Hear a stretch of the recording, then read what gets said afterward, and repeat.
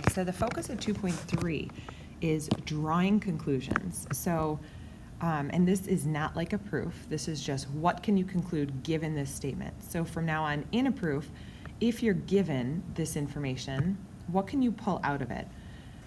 There are 5 major things that you guys need to know for drawing conclusions. You have to memorize theorems, definitions, and postulates. You should know what a midpoint is. You should know what bisect is.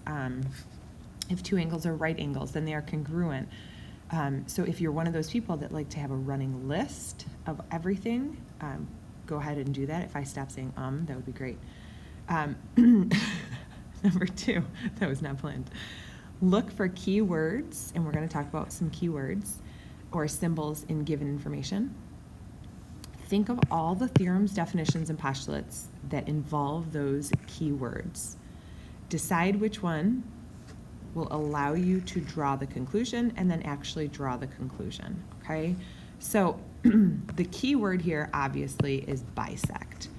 So this is where you would look back at your definitions, unless it's on a test or quiz, because you have to have them memorized, and you would think to yourself, well, what do I know if something gets bisected? I'm going to write a small 2-question statement, reason, proof, just to show you guys. So in a proof, and again, chapter 2, we're going to start getting into some longer proofs. So that's why I want you guys to really see these key words and be able to draw a conclusion from this. So if in a proof you see that AB, ray AB, is bisecting angle CAD, and that's given information, the first thing I'm pointing out is that an angle is getting bisected. Remember, if I bisected a desk, I get 2 equal desks. If I bisect an angle, I should have 2 equal angles. So that key word of bisect means I'm cutting it into 2 equal angles. So that's what I'm going to conclude from this. I'm going to say I have 2 equal angles. So angle CAB has to be equal to or congruent to angle BAD. And again, the reason, how did I know that? You can't just put because it was bisected. So you're going to tell me that if an angle is bisected, then it is cut into 2 congruent angles. Okay, if an angle is bisected, so this is my if an angle is bisected, then it is cut into 2 congruent angles. And there's your then. Okay, and again, that keyword there is bisect. Next, so if angle A is a right angle and angle B is a right angle, again, what can I conclude from that? Statement, reason. My laziness kicking in. Okay, so step 1, I would say given. Step 2, I would say given.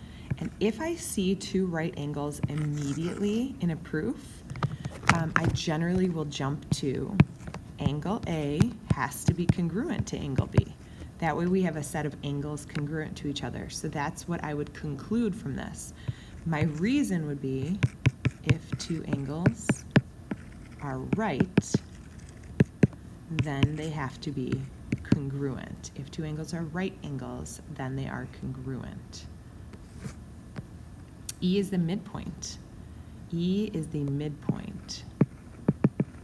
So that means it's in the middle, which means these 2 pieces are congruent to each other. Does it mean it's getting bisected? Yes, you can jump there after you tell me it's in the middle. Okay, I'll show you. So E is the midpoint of SG, and that's given. What can we conclude from it being in the middle? That SE has to be congruent to EG. And our reason is, here's if a point is a midpoint, if a point is a midpoint, then it is cut into 2 congruent segments. If a point is a midpoint of a segment, I should put proper English. If a point is a midpoint of a segment, then it cuts the segment into two congruent segments, okay? The if is that you have a midpoint. The then is then it is cutting it into two equal pieces. So you have those equal pieces. After you have those equal pieces, then you can say it was bisected. But that's enough of my conclusions. Like that's where I can stop. Okay? Let's see. If I'm given a right angle, what do I know? Angle PRS is right. Okay, given.